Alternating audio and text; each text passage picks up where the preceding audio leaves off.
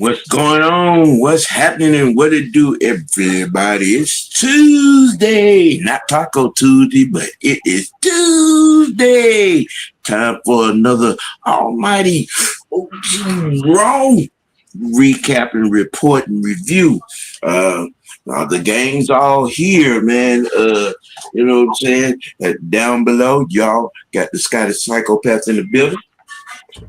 Thank you for having me as always. Yeah, it's great back. It's time to attack. Raw review and the best we're all back. The definitive voices of wrestling are here for all to see. So it's time to come hang with the Psycho, Fresh, and the People's OG.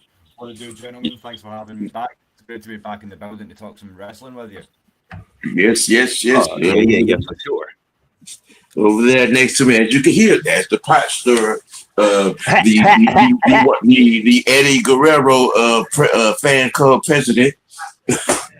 I lie, I cheat, I steal. I lie, I cheat, I steal. Viva la raza! I warned Sam the kid's over excited. He's coming in here and dropping spoilers on y'all early. Right. Hey man, we had a lot to go on last night. You know, a lot, some comedic moments on last night, some surprising debut moments, gratulatory moments. Matter of fact, we gonna get into that one. Royce Keys returned with a bang last night. He brought the OTM with him from NXT. A surprising graduation, I might add. And they came in and they stomped down everybody. Which was also part of the surprise to me, you know what I'm saying, for him to go at, you know what I'm saying, Solo and the mega star, you know what I'm saying. I just figured they was gonna come in and jump on the bloodline all together. No, they came in and wiped out everybody, you know. I mean, they did only team up for that little bit, and he probably looked at it like, oh, Solo and LA Knight, oh, y'all just gonna team up and leave me out in the cold, huh? Okay. Hey, I got something for everybody. I mean, he came back with the youngin, two very large youngin at that. I've seen the OTM a couple of times in NXT. Watching in the episode I saw him on last week, I did not expect them to graduate to the main roster anytime soon. But I mean, for them to come in with the bang, it kind of piques the interest a little bit in where everything's gonna go. I call it the monkey wrench in the ointment, if you will. You know what I'm saying, with these three big guys, coming into the mix. And I mean, I get it with the factions being, starting to show themselves coming, getting ready, for war games coming up at Survivor Series. Triple Hole, you get another flower this week. You get another flower this week. Yeah, you back up to double H now. Yeah. But you still have to wonder where all this, because you got a lot of moving parts going on with all these things, with this situation being unsettled. Jacob and the family, Haku and the MFTs and that situation. You got a whole lot of moving parts and things are brewing. Will, what do you think about all this? Well, as you say, Sam, it throws a lot of X factors into the mix, a lot of things to be considered. And I mean, we haven't even explored fully the upcoming, teaser that Shinsuke Nakamura dropped about his rivalry cut upcoming with the MFTs and Haku and all that good stuff as well. So, as you say, it does give me I don't want to speculate, but it does give me the idea that potentially we could see three war games matches, given the fact that you're very, very heavily investing, as you say, in the factions right now. But they're building them up in a good way. They're transitioning, as I say, some of the guys who I thought would have been down in NXT for a minute longer, like you say. But as I say, pairing them with Haku, giving them that obviously that pedigree, that manager, and then obviously we've said before many times in the group chat, we all know what Haku can do even now. I don't think he needs that Kane to really be a threat. If you want to take a stroll down memory lane on that one time, I'm more than happy to do it. But the Well, story's well, still to well. be. You know what I'm saying, bounce on that. That Kane is not just a prop. He actually needs it. Um, he's had a couple of hip surgeries. Um, and because few months back, what I'm saying, he was dealing with some health issues, what I'm saying, which also involved, what I'm saying, the hip surgeries, you know, um, Haku's what he's got to be around 70. Oh, I was gonna say 60. He Yeah, he's don't look got to be 70. there. He Yeah, look good for his 60, age. 60, 70, somewhere in that gap. I hope he Yeah. comes back. I hope he comes back stronger and he can obviously Yeah, do he do everything was clear. Everything under was nothing what cleared. he's going through. You know what I'm saying, with him. But yeah, the Kane, it's not just a prop. He actually needs it. He actually needs it. If you No, that's notice, if you ever absolutely. notice him coming into the ring, he moves rather gingerly. You know. Yes. Um, No, prayers up. He keeps recovering well. I mean, yeah, yeah, yeah, another yeah. all-time great and someone who I mean doesn't really get his flowers for being part of some of the big angles that he has over the years. Obviously, the big changing of the guard of the tag division at WrestleMania 6. Obviously, his long association with Andre and the Heenan family, with guys like Warrior and Hogan and all that good stuff. So, I mean, pairing young guys who are just up, who are still arguably a little green, or maybe not even so much green, but that need to readjust to the American product because they've been in Japan so long. Because we who know the sport as we do, you start to understand that there is not just a change in pace, but your entire schematically how But you're you putting do on a you match do know that the has MFTs are to actually change. his sons. Mm. Yes, I do. Oh, that Yeah, makes That's it what I'm even saying. So better. I think that'll keep him going as well because he'll be able to kind of live vicariously through them too. hmm So I mean, it's great to see. And as I say, I don't want to put it in stone just yet, but there could be we could be looking at 3 War Games matches, 2 men's, and then the women's yeah. just because they're giving us, as I say, they're giving us groups out the wazoo right now. So yeah, I'm excited to see what they do with it and how they can start to kind of break these off into some of the interesting rivalries that will start to carry us through into the winter months as well. So yeah, I mean I'm excited and I agree with you boys and at least giving them the second H back because I know the last PLE I made no secret about the fact that I felt it fell flat in a lot of ways. I'm openly critical. It's a love-hate relationship that I have with a modern product, as you know. But no, on this one, he certainly has earned his flowers. He's done a lot of good things with the show last night, and as I say, I hope he can keep the momentum coming. And the run up to War Games because that's certainly one of the nights on the calendar that excites me the most.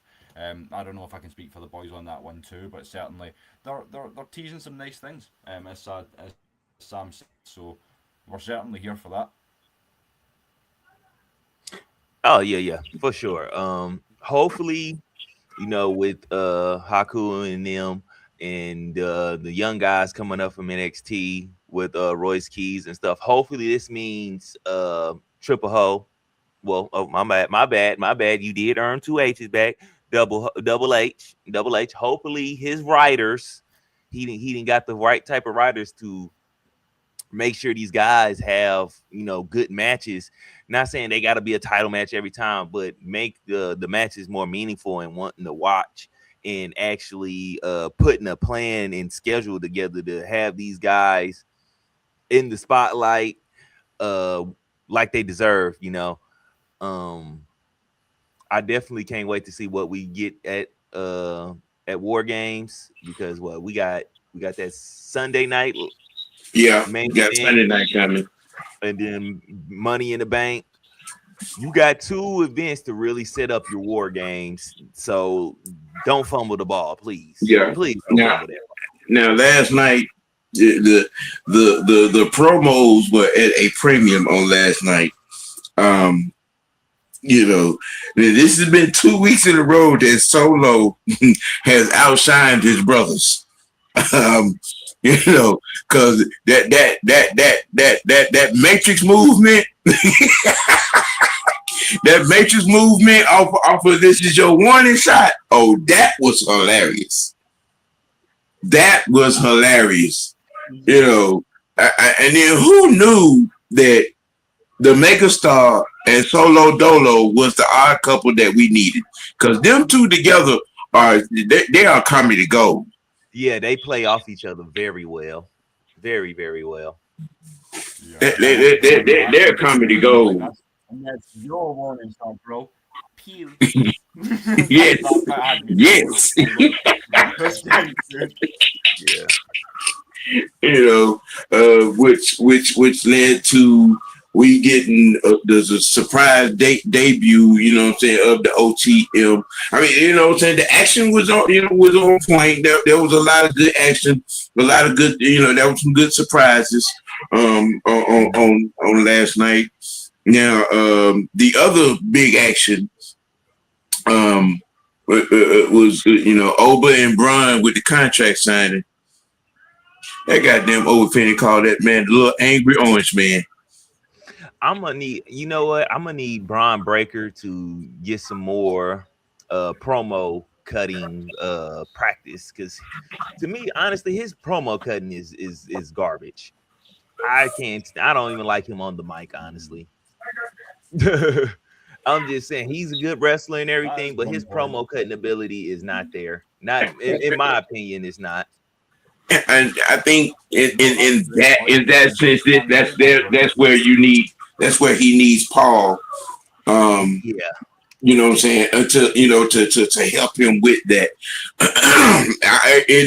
At first I was kind of sort of, what I'm saying, almost feeling that way, what I'm saying, about Oba, but then, the more and more I saw him on the microphone, I'm like, okay, he can hold his own, you know but what I'm saying?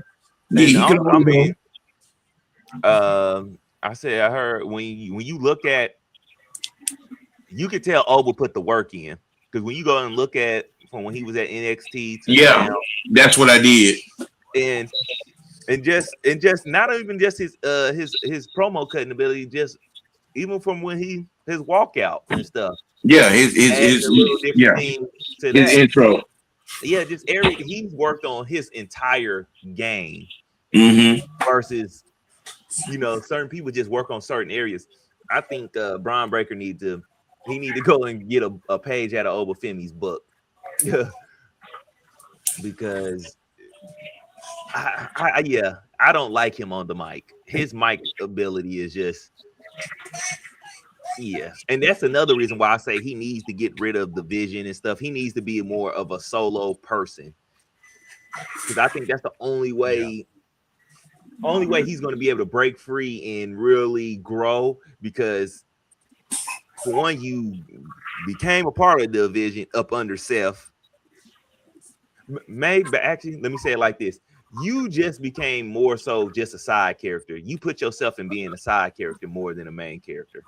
I mean, well, he is his daddy's son. Rick wasn't, what I'm saying, all that special on the microphone himself. Yeah, but You know, Mm-hmm. that's why Scott did most of the talking all the time. well, he need to find somebody And else then for him to talk to. even when Rick was in the varsity club with Kevin Sullivan and Rotundo and them, uh, um, shit, he wasn't doing a whole lot. Shit, he barked more times than he spoke. Well, he need to do that. But that's the thing too. It makes you think because the whole industry itself has shifted. So you need to almost to be effective as an upper card talent nowadays. You have to be able to at least cut it or hold your own on the mic. And I feel like Fresh has a great point there because I mean I was saying to Sam just before we got rolling that I feel like the one area that you could shore up would be his mic skills because if you can do that I mean, he's got in ring. He can go with pretty much anyone on the roster. So I mean, like if he can, and I feel like that's why they tried to kind of stick him in a group at first, and then obviously have him get the rub from Rollins, the rub from obviously Paul as well, so that he could try and get a little bit of that mic technique and presence down. Because I mean, if he can get over that, I mean, this kid's gonna print money. If he can take a little, as you say, if he takes a little leaf from the Obafemi book, or even goes back and looks over those old Steiner math promos again. I wouldn't mind seeing like bringing back like something that's kind of a tip of the cap sort of promo style. Obviously, go back, see what your Uncle Scott did as well, and lean on that. Lean on what you've got with Paul as well, and that whole shtick. But yeah, you guys know as well, and I make no secret that I'm not a big vision guy. I feel like it's long since run its course, and I feel like the stars of that group have shown themselves, and I feel like it's time to kind of, as Fresh said, it's time to let the rest kind of fall by the wayside, as it were, and go on with the guys that you're going to be putting money and time into. Right. Yeah. Let's see. Dom and Captain Forehead jumped on Javon Evans last night after he had another melee with Cass. Um,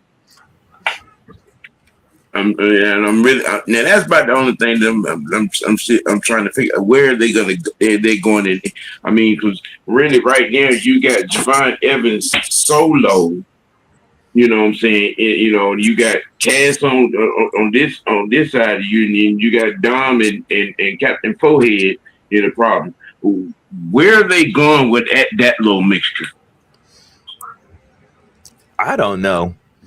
A little bit. I wanted, like, when you first started saying something, my first initial thought was they gonna let Javon take that dang Lucha AAA title up off of Don, because it's like you ain't doing nothing with the title but just running around with it.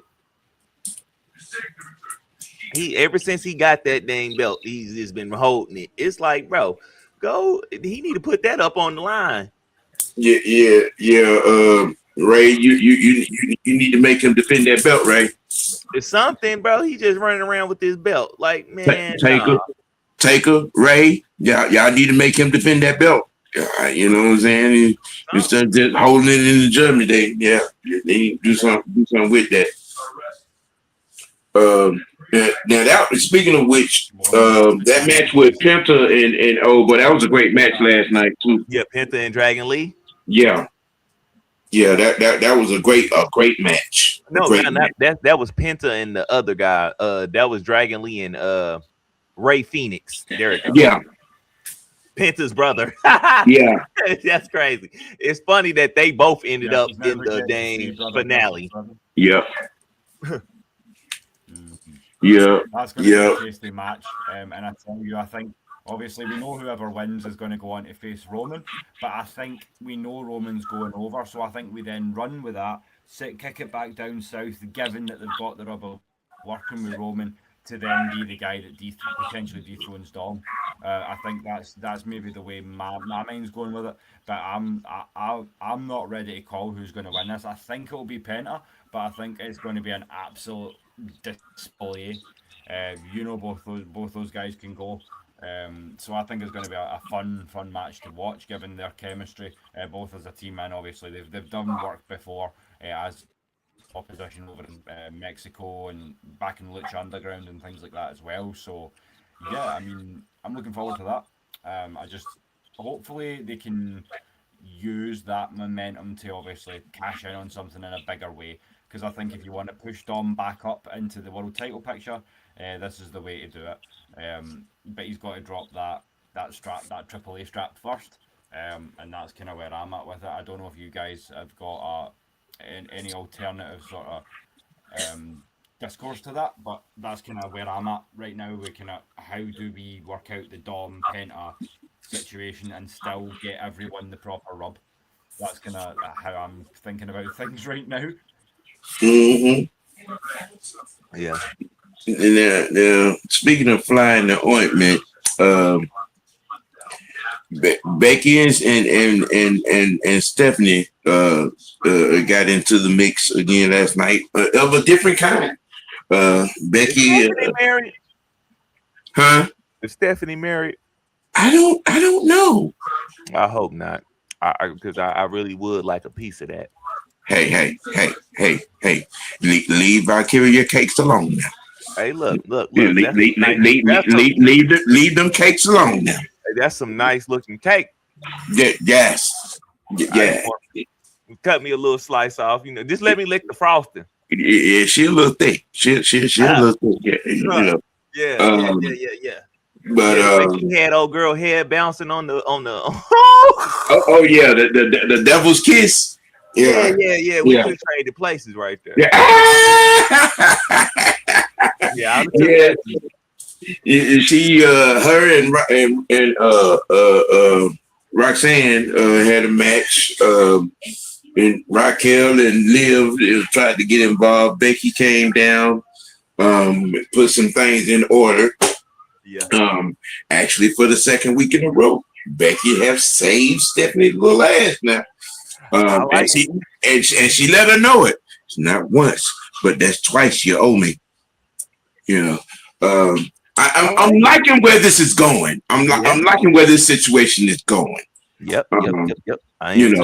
The build up to what will more than likely be a triple threat is real good in this here particular situation. I know one of those two are going to end up with the belt. And that'll bounce that situation for that to take off as a nice little rivalry, right there in that belt situation. What do you guys think as far as recreating the title picture? Yeah, I just don't want Liv with the belt no more. Yeah, I mean, you could kick the can down a little bit, because think about it, guys. I mean, it's another one that you could potentially even play out after War Games, because essentially, if you have a women's War Game match and you put it against Liv, against Raquel, against that contingent, you could essentially be looking at having Becky and Stephanie on the same team. If you choose that match to blow things up, you then have Becky versus Liv for the title. Then you have Stephanie versus Liv for the title. They could then each screw each other, which sets up a triple threat for maybe Survivor Series or something like that, where you're putting something premier like that on a Big Four pay-per-view. So I mean, but yeah, that. I'm quite patient with things like this. If you're going to try and basically reshape the division, and I think they're pushing it, at least in my mind right now, like Stephanie Vaquero is going to be the one to run with it going forward. But I'm not 100% convinced that she's ready to carry the company just yet. So I want to kind of stretch it out a little bit. Have a few more big matches and see what comes of it that way. Just kind of let it grow organically, because it's certainly starting off nice. And I'm excited to see what comes next. Fresh, what do you think about it all? Yeah, well, before I was gonna say, I'm glad Stephanie looks pretty good back in the ring after her injury and stuff like that. She doesn't look like she's, missing a step or whatnot. Of course, she's gonna have to go through Big Mama to one, so that'll go with what you're saying, stretching that out. I think it's time to also put Becky in a couple of matches against them too. Let her go against a little beat up on the Judgment Day a little bit, and that'll help stretch it out a little more. Also still keep it entertaining and keeping the story fun. I like seeing Liv running around scared, getting her ass kicked. I can enjoy that. You know what I'm saying? For a few more weeks. Like you said, them joining up on teams. During that, you'll probably see Becky, Steph, Soul, Ruka, and EO as a War Games team. I would love that. I would. Yeah, I would really they've all had situations with Judgment Day, so you know what I'm saying.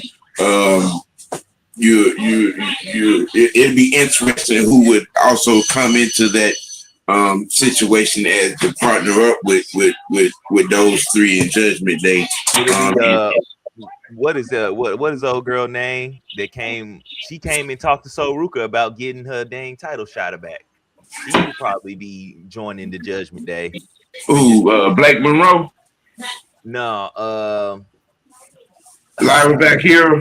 yes, there it Oh, goes. oh, yeah, unhinged, her unhinged ass. Yeah. Yeah, yeah. Because last night she had a run in with Ruka, with Soul Ruka, and wanted to you know what I'm saying.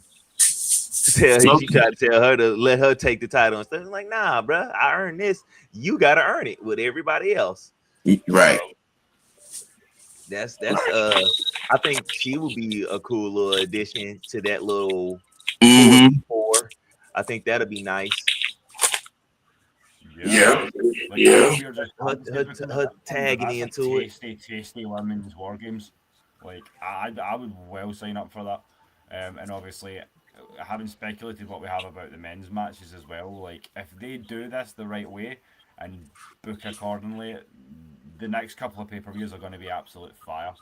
They Right. have a lot of big matches to put together, and as I say, like finally some of the ones that we've been speculating were coming for a while. Like we knew we would see Oba and Braun eventually, but it's just like how, why, and when. And it's good to see that obviously the booking consistency levels increased. And I think a lot of that come down with the fact that Triple H was finally realised that I'm going to keep it a buck as I always do. I think the Triple H situation's lit a fire under his ass. I think the fact that people are criticising his booking and saying, yeah, Taker's doing it better, Ray's doing it better, blah, blah, blah, it's got him feeling some kind of way because, as I say, I don't know if you guys watched the Stevie Richards show. Big shout out to Stevie. He was talking about it with James Romero, and they were kind of going back and forth on Triple H's attitude towards the fans right now. And obviously, he's just saying if you feel like the booking's weak, that's not my fault. That's not the fault of the writers. That's the fault of essentially the talent for not being able to get over, and our fault for being jaded enough to not just sit there and basically endure the substandard vanilla writing that we've been enduring the past 3, 4, 6 Mm-hmm. weeks.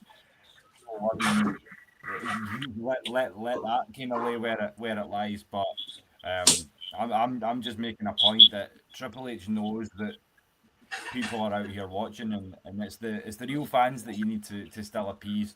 I know that the money tickets are all good, and going and doing the Saudi shows and all that good stuff is wonderful. Not gonna say a bad word about any of that. The Netflix deals, and I could go on all night, but you, for my money, for a long time seemed to have lost the fundamental reason why you put on a wrestling show. And it's for the guys like us who've been watching 20, 30 years, who love the product. Yeah, we may put ourselves across as so called smart marks, but I mean, that's just because we have so much passion for what you do. And we've been watching so much of it and endured and enjoyed so much of it over the years that we now feel like we Mm-hmm. have some have to say as well. So you have to respect that because at the end of the day, we are the ones who fill these stadiums when you tour. So I feel like Triple H he needs to get back that semblance of who he's trying to please here. Just to obviously keep it 100 about that as well. Well, he's taking some baby steps and some very good steps over this past month. Um, you know what I'm saying, with some of the creativity, you know what I'm saying, some of the standouts.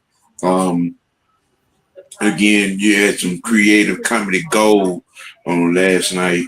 Cause that back and forth with the Usos and Solo and the Megastar was ultimate classic. Yeah, Classic. and I ain't gonna lie. Yeah, I gotta stamp L.A. Knight as the modern day Hulk Hogan. I do.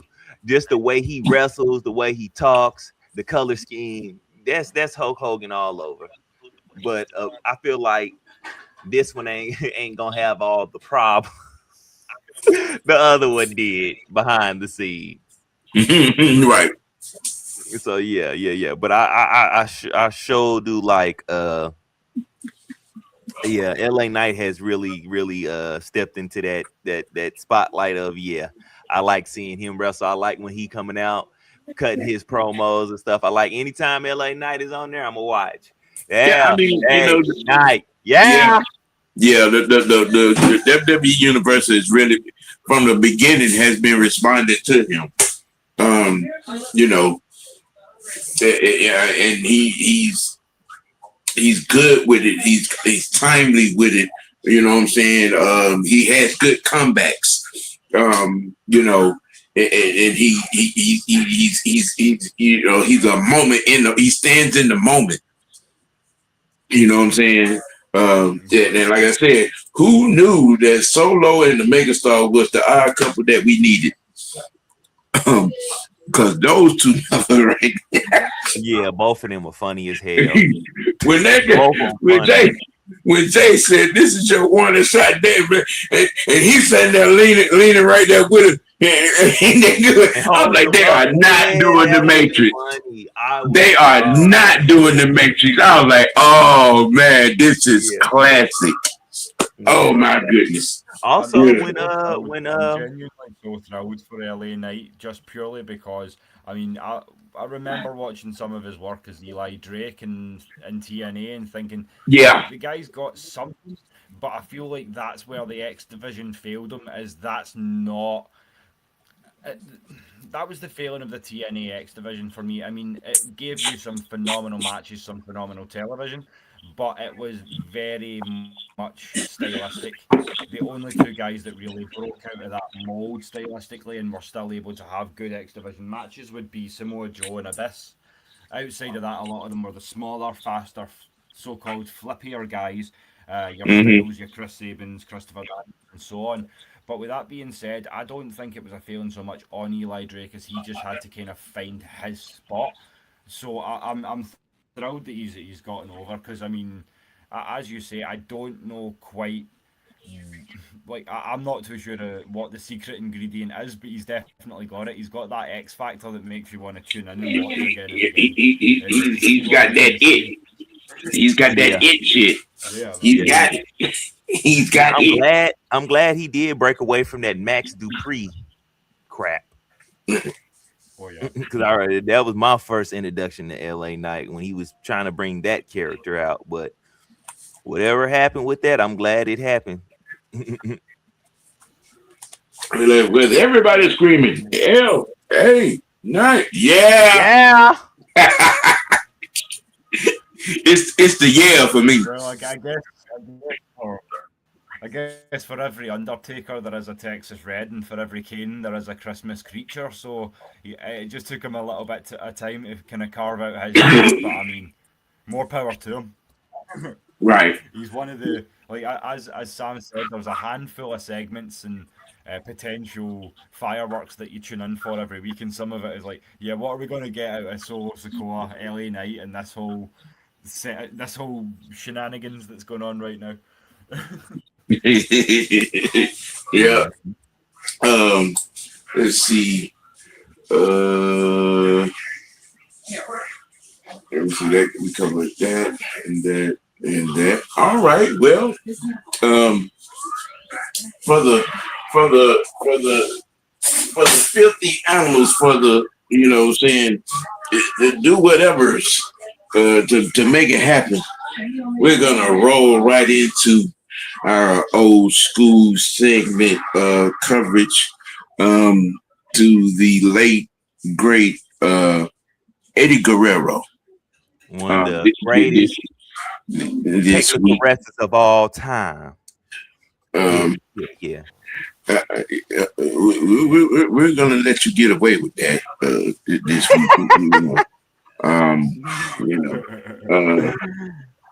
But Eddie, you know what I'm saying, he's for character and in-ring philosophy and timing.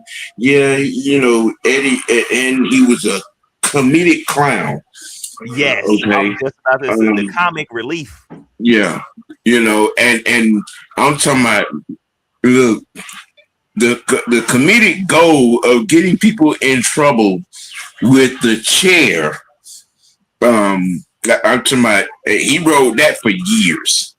Um, one of his um best matches were with Brock. Um, and going back in WCW days, it, Dean Malenko, the match with him and Dean Malenko, the match with him and X Pac was one of the better, um, real wrestling matches. I ain't talking about just throwing punches, but real wrestling, technicalities. Let me see, him and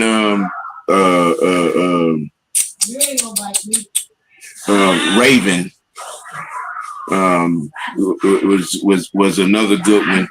I could go, saying naming some good matches that he was in, but his character, the character that he exuded, most nobly in the WWE, he was an idiot. Um, and then his on-screen love affair with China was another story all itself. That Forgot was, all about that. yeah, yeah, yeah. That, I mean, him and China as a pairing, that was great.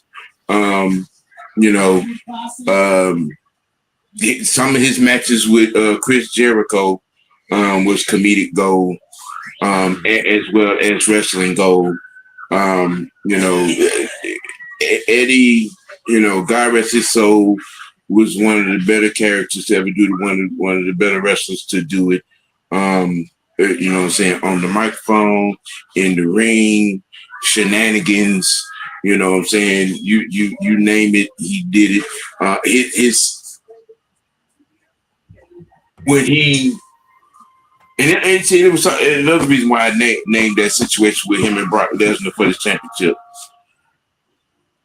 I knew it was just something that clicked in me. It made me look at him different and realize that there was something wrong with him, health wise. That's where I started to notice he was looking rather different. Um, you know, and then when it did happen, I was like, wow. Like it was because he was popping a load of pills. Um, it started with just dealing with saying, trying to mask pain, cover pain, saying, and not wanting to take time off. But at that point when they started the back and forth between him and Brock for the belt.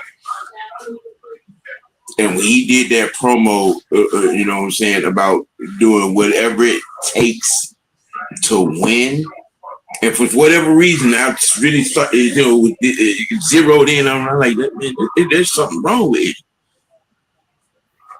it.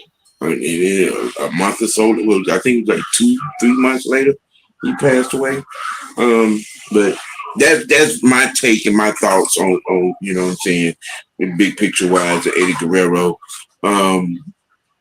Will, what I'm saying, you go next, because we're gonna let Pratt Stir, what I'm saying, since this is his guy. We're gonna let him go last. Give us your thoughts on Eddie Guerrero. Yeah, I mean, he's one of those guys where you can't really begin to say enough good things. He's one of the few talents, as I said in the group chat, he's one of a handful of talents, possibly only three, with the additions of Shawn Michaels and AJ Styles, who you can have work with anyone on the planet, and you're going to get at least a 4-star match.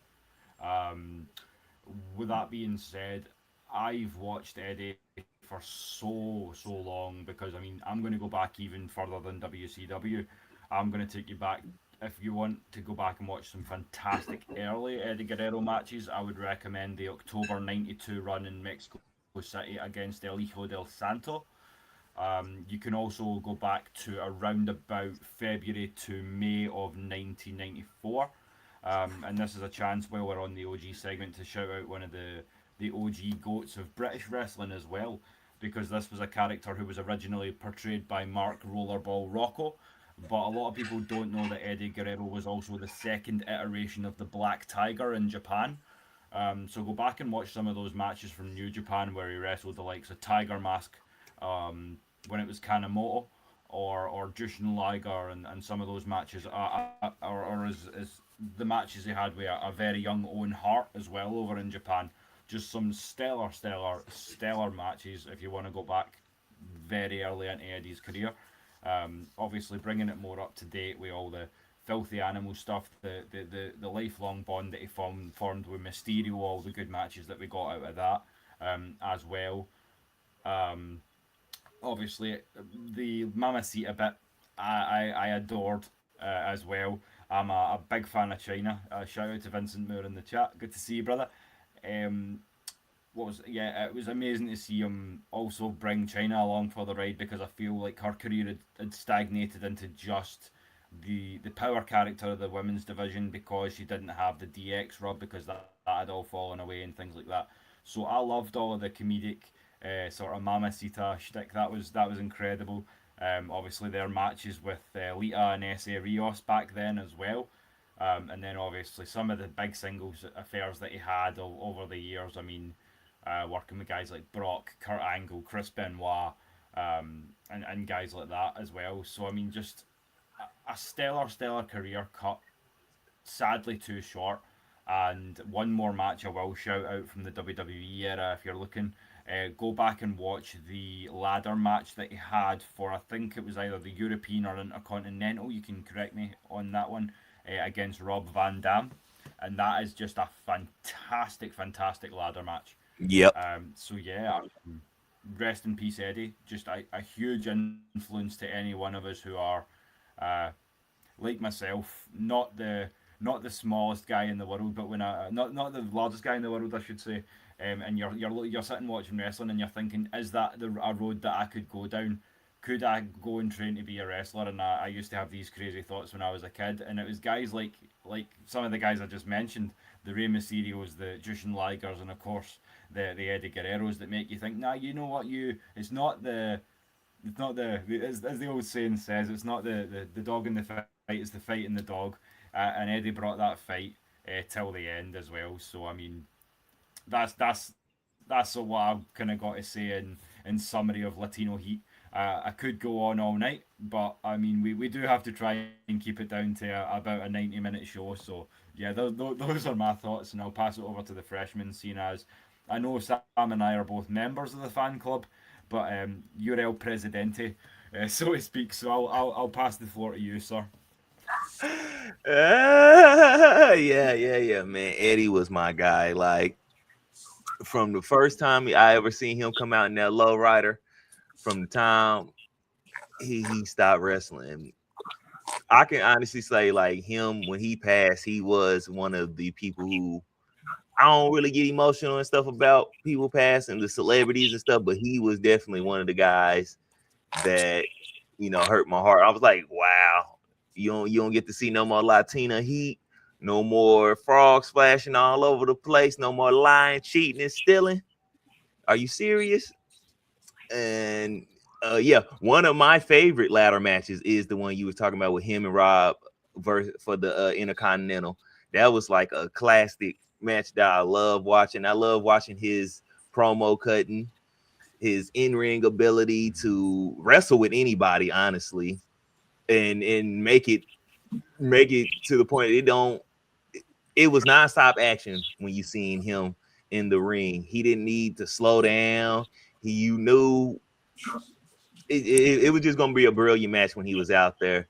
And then to throw in the little comic relief gimmicks that he would have. My favorite one where he was it was him and Chavo versus Rey Mysterio and Edge. And I think he did something to Edge and pulled Chavo over him and then distracted while the ref was distracted. Rey Mysterio switched them, and then he got to turning around laughing and giggling and stuff. And then when he turned back and seen that they lost, it was just like all the more his shock on his face. To go through different characters like he did, I kind of feel like him and Undertaker are kind of in the same boat, being able to go from different characters seamlessly and still delivering on performance, character, charisma. And it's just like you don't get that at a lot of people. I feel like Eddie Guerrero is one of the very few wrestlers who had everything from wrestling to personality to promo cutting to the entrance to the finisher. And then just overall, every time I hear a story about Eddie, whoever's telling that story, they crying down there. So that also lets you know, like, he was real impactful, not only just for the business side, but for people's personal lives and how he impacted them on a personal level. And that's not something you can always find with anybody. And that's just what made him special to me. But when you can have Brock Lesnar, you know what I'm saying, shed a tear trying to tell a story about you, I'm just saying. You see? I'm just saying. You know, anytime somebody tell a story about him, they start crying. So it's like, yeah. Eddie was one of them guys that it's crazy, and to add into the mix as well. I mean, we've only just scratched the surface on like the amount of special moments. As Vincent says, I mean, some of like WrestleMania 20 was amazing. The fireworks and coming down, and him and Benoit in the center of the ring. That was pretty special. And then one thing I didn't mean to say when I was talking, and I was reticent not to mention, was how legit were the sort of LWO revolution in the WCW cruiserweight division. Guys like La Parca, Psychosis, Juventud Guerrera, and guys like that. Just some insane matches, and obviously Conan was doing some work with those guys as well back then. Just so many great guys that came out of there. And as I say, when you were a smaller guy watching it, you that was one of the main reasons that got me into WCW programming at the time. I'll openly admit that the number one reason was Sting and against the NWO, but right behind that was the fact that you guys know yourself, all respect to the Attitude Era and all that stuff, but during that Attitude Era time period, 96, 97, into 98 and 99, WWE couldn't book smaller guys. They were booked as a laughing stock, whereas when you turned on WCW, you could see these guys what they were really made of. So I mean, and then Eddie was a big cornerstone of that. So I mean, yeah, how do you even begin to do a segment like this? It does make the work a little bit harder, but yeah, just a special talent. I mean, we won't see his like again. There was he's one of those guys where, as I said earlier, like a Shawn Michaels or like an AJ Styles. He's one of one. We're not going to see another Latino Heat. I wish he was alive because I would like to see him and Ray be in a position to help the Luchador AAA company and stuff. I know if we had him Oh yeah. in certain positions to make sure stuff was right, like Undertaker and Shawn Michaels, I bet you we would never question like storylines and disappearance of people and stuff. Eddie would have made everything just that much better. yeah. Eddie was one of the good ones. He was well respected and loved in any locker room he was in. Yeah, you never got except when it came down there at the end when people was talking about, you know what I'm saying, the things that was going on with his health. Other than that, you never got a bad story about Eddie Guerrero. From the locker room. He helped people whenever he could. You know, he was always a guide. He was always a brother. You know what I'm saying? He was always a mentor.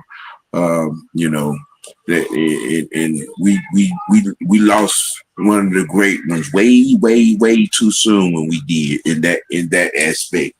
Um, It's you been know, 21 years yeah, since his yeah, passing. yeah. Um, Uh, and the family and the extended family as well. They've done they've worked extremely hard, you know what I'm saying, to go on with life, and keep his legacy and all intact and alive. Um, you know, Vicky Vicky struggled. Yeah. Um, she struggled. Um, you know what I'm saying? Matter of fact, her and Chavo struggled with it. Um, you know what I'm saying? And rightfully so. You know, that's where I would give uh, Stephanie and Vince a flower or two on that aspect in doing whatever they could to help that family deal with that loss. Right there. They they gave them a helping hand. Um, in many different ways, especially Vicky, because what she struggles. Oh my God, she struggles. Shoot, I think when that happened, I think everybody did. I mean, of course, fans is not gonna struggle as much, but Yeah, yeah. There I were a think lot of guys. And because I saw I can't remember what the program was, but I saw where Edge was talking about. You know, what I'm saying his the moments that he had. You know, what I'm saying because they used to ride the roads together. Um, he said there's a lot of things he stopped doing because it reminded him too much of Eddie. Um, you know, it just, in certain routines he had to take out of his routine, because it would put him in that moment with Eddie. You know, uh, Chavo said Chavo telling the story on Taker's podcast about, leaving the country, going to Brazil and just sitting in a cabin, you know what I'm saying, for 2 months, things of that nature. It's when you listen to the people that loved him, you know, it kind of touches you a little bit. Yeah, and you're right, Vincent. It was cool to see, Vicky, try to continue, what I'm saying, working with the company and doing certain things, and trying to, keep his, name in remembrance and things of that nature, doing charity events in his name and all, which he still does now. Um, but that guy, he was a special cat. So every time I see some of the clips, with him and Ray, him and Jericho, him and the Hardy Boys, the whole getting other people caught with the chair thing was classic. That's gonna forever be a classic, But hey, uh, any more memories there, Pastor? Anything else you want to say on Eddie? this is the best haircut out there. This should be called the People's Mully. Ibararasa. You dig what I'm saying, man? Don't get your wet naps out over there. You know, saying you're all sappy and shit. Yeah, man. Yeah. Well, one of my favorite wrestlers of all time. Eddie will probably never leave my top 5. Mm.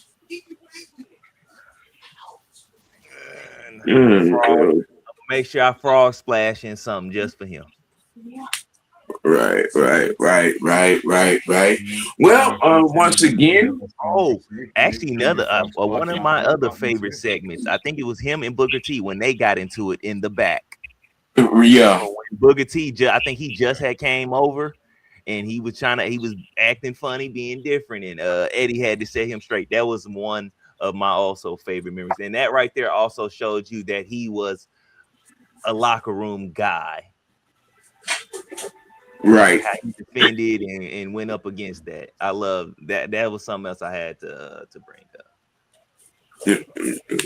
Will, what did you say, Will?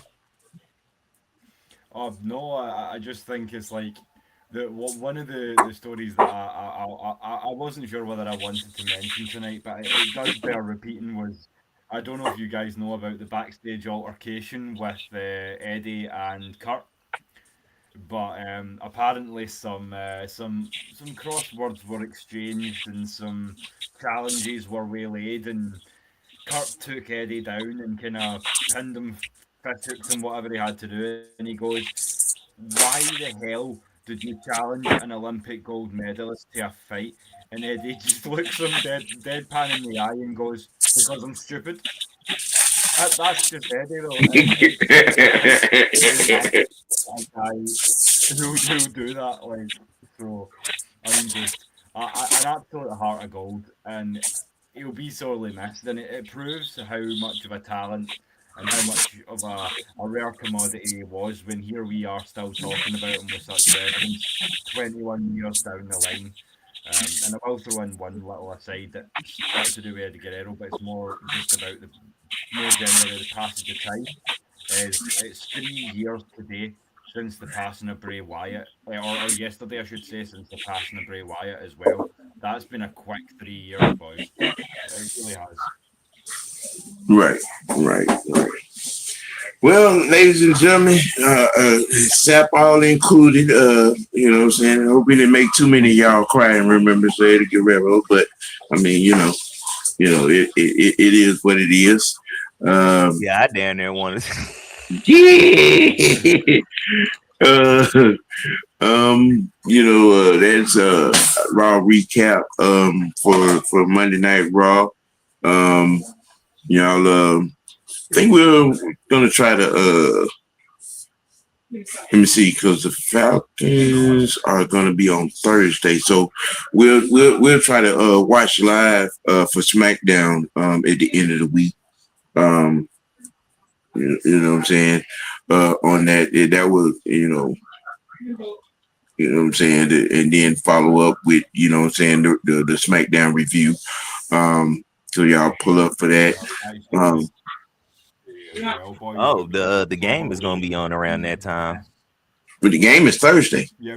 No, the game is Friday. We can miss the culture pop this week, I was going to say, because I've got some ideas there too. I was going to suggest to you guys and you guys in the chat, if you like the sound of it due to the recent passing of Hayden Panettiere, and obviously to bring it back to our football roots, we could maybe do one for the fan and one for you guys that want to watch it with us, and do a little watch party of Remember the Titans or something like that. And I also wanted to do another topic for culture popping as well, which would be something that's particularly close to my heart, and I know it's close to you two's heart as well, as OGs in the gamer community. And that would be the whole conversation of when we talk about nostalgia and we go down memory lane, what is it that we actually miss? Is it the memories themselves, or is it the actual games? Because I know we go back and we play some of these retro games, and openly, admittedly, they're not what they once were. So you do start to get a little bit poignant. But before we start whipping out the violins and all that again, that was all just a little Yeah. maybe next Thursday because we do have a busy weekend coming. So if you guys want to rain check that and we can go again next Thursday for another culture pop, then that sounds good to me. Well, But yeah, very definitely happy this on this Friday. culture popping coming up. We're definitely going to be talking. We're going to give some memory time to Dolly Parton who passed on today. So y'all look, pull up for that on Thursday. We're going to give a little time, and talk about Dolly Parton.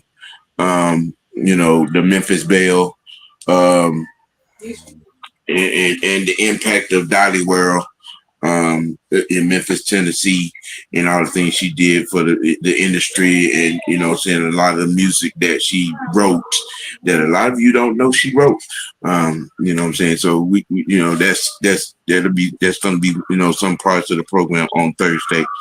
And once we get, because I know I saw where that game on the uh Yeah, I'm on looking at the the schedule right here. It's Thursday's games is Steelers, Bills, Patriots, Browns, San Francisco, Raiders, Rams, Chargers, and then Friday is Commanders, Ravens, Texans, Panthers, Falcons, Dolphins, Bucks, okay, okay, Jags, okay. Are Giants, we still in that? Jets, So Saints, and Cowboys. if it is Friday, if since the game is Friday, we'll do what we did last week and have the review on Saturday afternoon. Yeah. To accommodate. Oh, not to mention, just a reminder, Culture Popping 6 o'clock. It's 6 o'clock. So that way we can, have all parties involved. You know what I'm saying? That way, Will can make it in. You know what I'm saying? That accommodate his time, you know what I mean? Because we have enough time in at that time slot, you know what I'm saying, to do 6 o'clock. So Coach Poppin would be at 6 o'clock from here on out. Just programming alert for you all I appreciate you going guys. Sir. forward. Because as I say, You know. we're working hard on AFNI, Des and Dino and I, to keep on keeping on, keep bringing y'all the great Falcons content with the Scottish Falcons shows and the watch parties. So obviously that's been the basis behind that. We just want to make sure that all of the communities that we're involved in are giving you as much great content as we can. But y'all boys Yeah, already know it's always a pleasure and a thrill to share the floor with you. So yeah, if we can yeah, do a little tweaking and I'll endeavour to do that because it's right. always a pleasure to hang with family and talk football or wrestling. So yeah, I'll be back real soon to do it again. You can count on that. Yeah, and then with Friday, with the game being actually, so you already know, Falcon Friday would also double as pregame. And if we got to reach out to coach to see, what I'm saying, what his situation is. As far as the watch live is concerned, is his equipment ready? What I'm saying, do that. If not, yours truly will be leading the charge on the watch live on that. I'm quite sure Will and his crew are going to be doing something as well. So we will definitely have you covered for Friday night's game. You know what I'm saying? Watch live, whether it's international or whether it's national, we got you Yes, sir. Yeah, y'all covered. drop in and show love to all concerned. You can split halves if you want. We won't hold any grudges. We know it's all love. So Yes, wherever you yes. spend it, make sure you spend it with us. And as I say, much love to you boys again for another great show.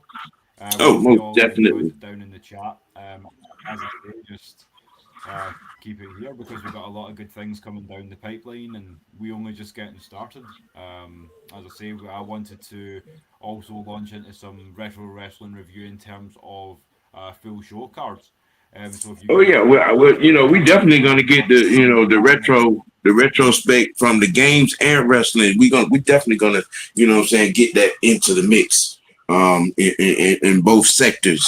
You know what I'm saying? So we like you said, we're gonna definitely what I'm saying, mind meld and get all this good entertainment and coverage to you in all sectors, in all vectors, what I'm saying, with all parties involved from uh, Raw Recap, SmackDown review, the Watch Live Culture Popping. We're gonna have some good things, what I'm saying, that are good, that's going to expand that show.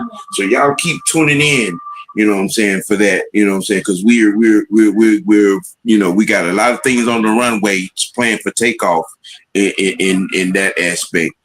Let me see, Fresh, anything you want to announce to the people?